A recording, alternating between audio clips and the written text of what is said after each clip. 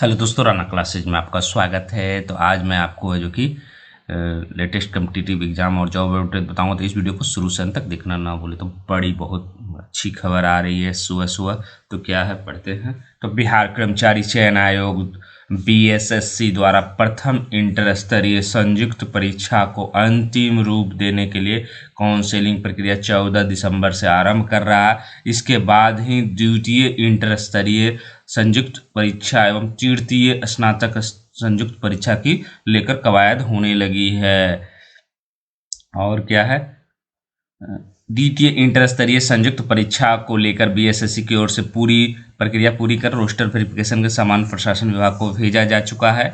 उम्मीद है कि दिसंबर के अंतिम सप्ताह या जनवरी द्वितीय इंटर सप्ताह संयुक्त परीक्षा एवं तृतीय विज्ञापन स्नातक स्तरीय परीक्षा के लिए विज्ञापन जारी कर दिया जाएगा। मतलब कब? दिसंबर के अंतिम सप्ताह या जनवरी में।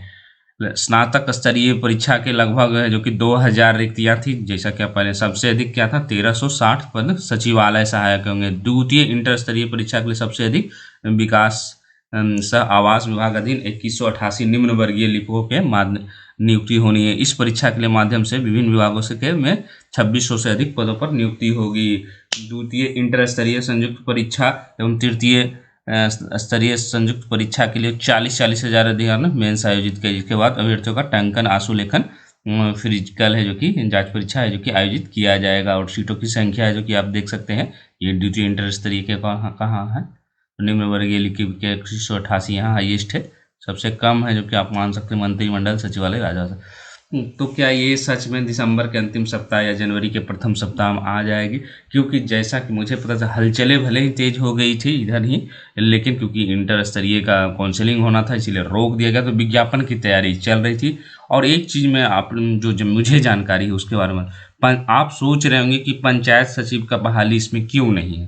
तो क्योंकि मैं इसको देख रहा हूँ, तो अभी क्या चल रहा है कि पंचायत सचिव का आपको रोस्टर ही नहीं हुआ है, क्लियरेंस जो भेजा गया था कि आपको AWS के लिए या पूरी फिर से, वो भी रोस्टर क्लियर भी है जो कि जिला में ही चल रही है। तो इसीलिए है जो कि आपको जो 1500 कुछ पोस्ट मैंने दिखाया था वो नहीं आया। तो अभी कंप्लीट आयोग के पास पहुंची ही नहीं है। वो जब तक क्लियर रोस्टर नहीं होगा आपके पास नहीं पहुंचेगी, इसीलिए वो वैकेंसी नहीं। अगर ये वैकेंसी रोस्टर क्लियर हो जाती विज्ञापन निकलने और परीक्षा लेने के पहले, मान लीजिए कि जनवरी या फरवरी तक भी क्लियर होती, ये 1569 इसमें जुड़ जाएंगे तो आपको लगभग 4100 पोस्ट हो जाएंगे। क्या डाटा एंट्री ऑपरेटर का है जो कि क्योंकि उसका चलना है तो उसकी संभावना थोड़ी कम दिखाई दे रही है, जो 3700-3800 के आसपास जो डाटा एंट्री ऑपरेटर के थे। क्योंकि उसको क्या होता है कि सीटों की संख्या है जो कि अभी क्लियरेंस है जो कि नहीं हुई और ऐसे हलचल नहीं। लेकिन पंचायत सचिव के जो कि जुड़ने के चांसेस हैं और राजस्व कर्मचारी के भी जुड़, लेकिन हो सकता है कि अभी विज्ञापन अगर सच में जारी होती है तो आपको ये इतनी ही वैकेंसी लगभग मिलेगी। और तृतीय स्नातक स्तरीय के जहाँ तक सवाल है, तो जैसा कि बीच में हल्ला था बीपीएससी, तो मैं बार बार करता हूँ, वो मांग है, मांग ये इस बार पूरी होगी या अगले बार पूरी होगी, तो या इस नहीं पूरी होगी ये भी हो सकती। तो बीएसएससी के पास अभी भी 1360 पद सचिवालय सहायक है जो कि वही निकलेगा। हाँ, ये जो बीच में जो खाली हुई है 2019 के बाद, वो सीटें जो कि नहीं जुड़, क्योंकि उतने ही पर ही निकालने की तैयारी चल रही है। और उसके बाद जो है आप लोग पोस्ट देखे ही होंगे, बहुत सारे पोस्ट थे जिसमें सबसे ज़्यादा तो था। उसके बाद योजना सहायक भी हैं। क्या परीक्षा का पैटर्न बीच में मैंने बताया था कि बुक्स को जो कि 3 बुक्स जो लिया जाता है पुस्तक सहित जो परीक्षा क्या वो ख़त्म होगा तो नहीं होगा जब तक नोटिफिकेशन है जो कि नहीं आएगा। और जिस तरह से विज्ञापन निकालने की तैयारी चल रही है उससे लगता है कि प्रक्रिया वही रहेगी, क्योंकि इसके लिए पहले जो कि नोटिफिकेशन निकाला जाएगा कि किताब है जो कि नहीं ले जाना, इसलिए अभी तक ऐसा कुछ हुआ नहीं है। तो किताब आपको वही सेम पैटर्न रहेगा, आपको 50 नंबर के जीएस, 50 नंबर के आपको साइंस और मैथ, 50 नंबर के रीजनिंग, सेम पैटर्न रहेगा। दोनों प्री और मेंस रहेंगे, कोई इंटरव्यू नहीं रहेगा। और इंटर स्तरीय वाला में है जो कि आपको ये सब जो हुआ था आंसुलेखन, फिजिकल जांच परीक्षा, ये सब।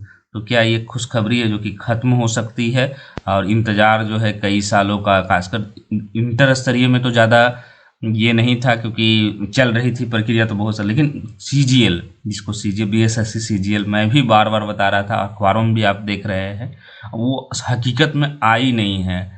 और ये जो है अब जो है, जैसा कि पहले बीच में बताया था कि काउंसलिंग के बारे में कि हलचलें तेज हुई है, लेकिन हाँ ये प्रक्रिया है जो कि करने के बाद सारे लोग लगे हुए हैं। तो किनको किनको फ़ायदा होगा, जो कई सालों से इंतज़ार करें बीएसएससी सीजीएल 3 का, और जो लोग किसी कारणवश अभी तक है जो कि काउंसलिंग में नहीं आ पाए हैं, उनके लिए एक सुनहरा मौका रहेगा।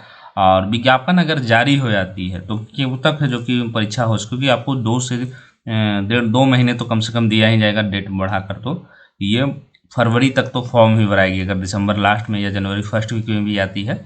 और उसके बाद जो कि आपको अप्रैल या मई में जो कि प्री एग्ज़ाम है जो कि हो सकती है। पहले तो निश्चित रूप से स्नातक स्तरीय ही होगी, क्योंकि इसमें संख्या है जो कि थोड़ी कम रहेगी। क्यों कम रहेगी? क्योंकि ग्रेजुएशन पर ऐसे भी संख्या कम रहती है। इंटर स्तरीय क्योंकि ज़्यादा लोग पास रहते हैं, इसलिए उनकी संख्या ज़्यादा रहेगी।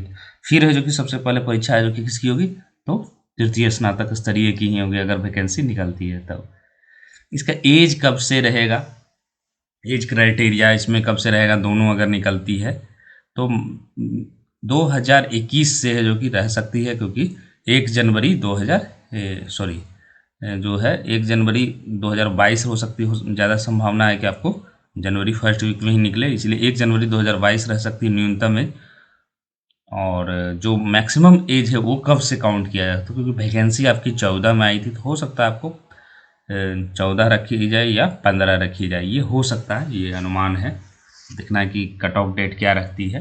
तो ये बहुत बड़ा खुशखबरी है, कम से कम अखबारों में आई है, अखबारों से कि कम से कम विज्ञापन में भी जारी हुई, क्योंकि 3 सालों से यही चल रहा है, खासकर बीएसएससी सीजीएल 3 को लेकर। तो उम्मीद है कि ये इंतज़ार है जो कि आपका ख़त्म होगा।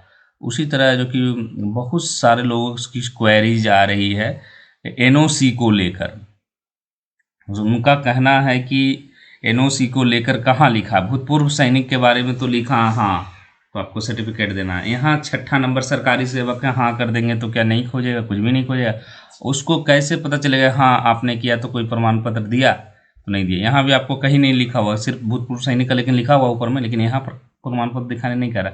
यहाँ पर जैसे हाँ कहेंगे तो मांगेगा आपसे नो ऑब्जेक्शन सर्टिफिकेट मांगेगा कि आप हमको जो कि दीजिए। एक मुझे व्हाट्सएप पर आया था कि जो प्री का जो विज्ञापन है वो मांगा जा रहा था एनओसी में। वो तो हक है, क्योंकि वो कैसे जानेगा कि आपने जो कि सही किया है या गलत किया है, एनओसी के लिए आपने कब क्या किया है, इसलिए वो मांगा जा रहा है, तो सही किया जा रहा है।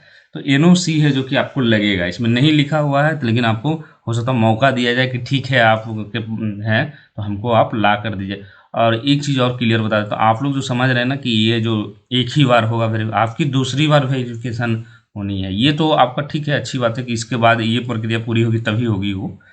लेकिन आपकी एक बार और काउंसलिंग कहाँ होगी, जहाँ आपका विभाग है, जिस तरह से आप उपभोक्ता है फोरम विभाग हो गया आपको, और जो अन्य विभाग है राजस्व विभाग एवं भूमि सुधार विभाग हो गया, पंचायती राज विभाग हो गया, सामान्य प्रशासन विभाग में अगर आपकी पोस्टिंग दिया जाएगा अनुशंसा के, तो वहाँ भी मतलब 2 बार मतलब होना तय है, एक बार काउंसलिंग में, एक बार और होना है।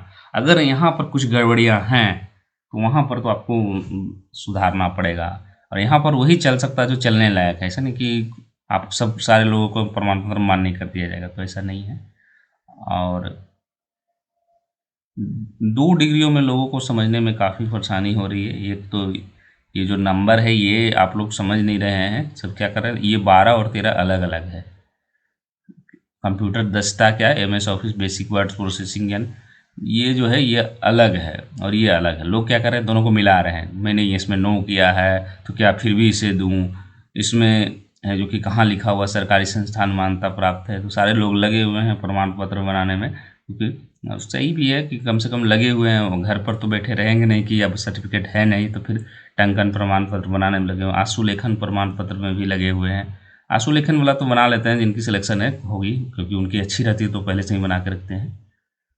तो ये सब बहुत सारे अभी भी प्रॉब्लम्स चल रहे हैं, छात्र परेशान हैं। कई ऐसे अनुभवी सोशल मीडिया कारण है जो कि परेशानी भी हो रही है, वो कुछ से कुछ बोल देते हैं, छात्र जो कि पूरी तरह परेशान है, तबाह है। तो आप लोगों को परेशानी होना लाजमी है, क्योंकि 1 सप्ताह और समय है, उसके बाद है जो 14 से काउंसलिंग शुरू हो जाएगी। उसके बाद आते हैं दूसरी खबरों पर।